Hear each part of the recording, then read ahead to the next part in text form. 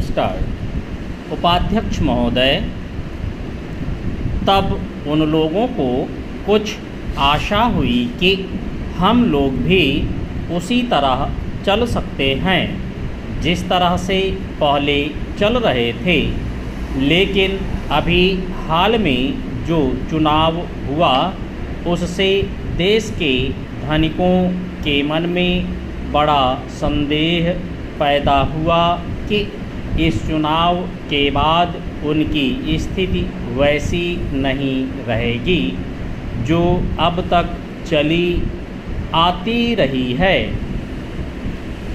गरीबों और अमीरों के बीच में अब तक जो बहुत बड़ा अंतर चला आ रहा था उसको अब तेजी से दूर करने का प्रयत्न किया जाएगा।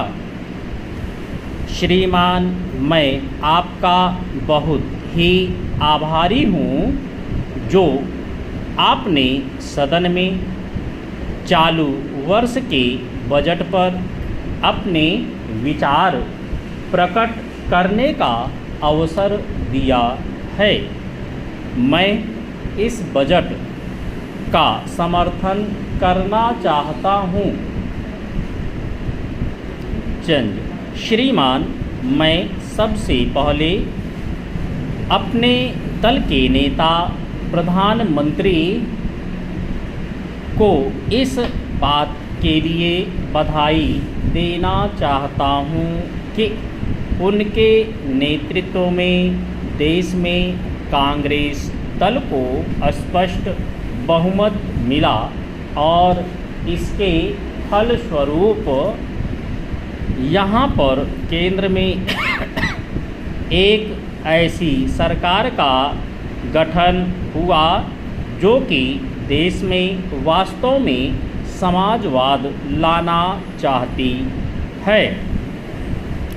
मैं वित्त मंत्री जी को इस बात के लिए बधाई देना चाहता हूँ कि लोकसभा के मध्यावधि चुनाव में जनता द्वारा कांग्रेस दल को जो आदेश दिया गया था उन्हें स्मरण है और वह तन मन धन से उसका पालन करना चाहते हैं।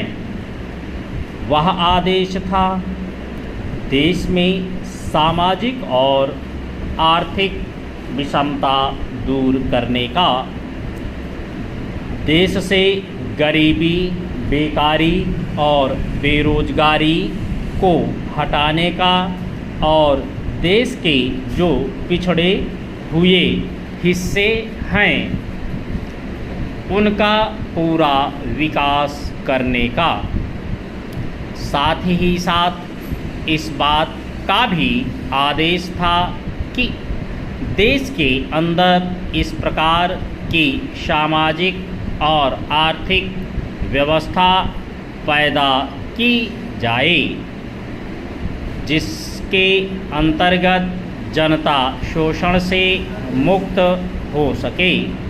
श्रीमान, यह ठीक है कि देश में कृषि के क्षेत्र में उत्पादन में वृद्धि हुई है, परंतु इसके साथ ही साथ यह भी दृष्टि में रखना चाहिए कि लागत में भी पूरी वृद्धि हुई है। इसके लिए आवश्यक है कि सिंचाई के साधन बढ़ाए जाएं और अधिक उन्नत बीजों का प्रयोग किया जाए। आज कृषकों को कृषि के यंत्र मिलने में बहुत कठिनाई हो रही है। जैसे छोटे छोटे ट्रैक्टरों का देश में बड़ा अभाव है, उनके बनाने के लिए शीघ्र नए कारखाने खोले जाएं, जिससे कृषकों को जल्द से जल्द ट्रैक्टर मिल सकें। देश तभी प्रगति करेगा, हमारा ऐसा विश्वास है।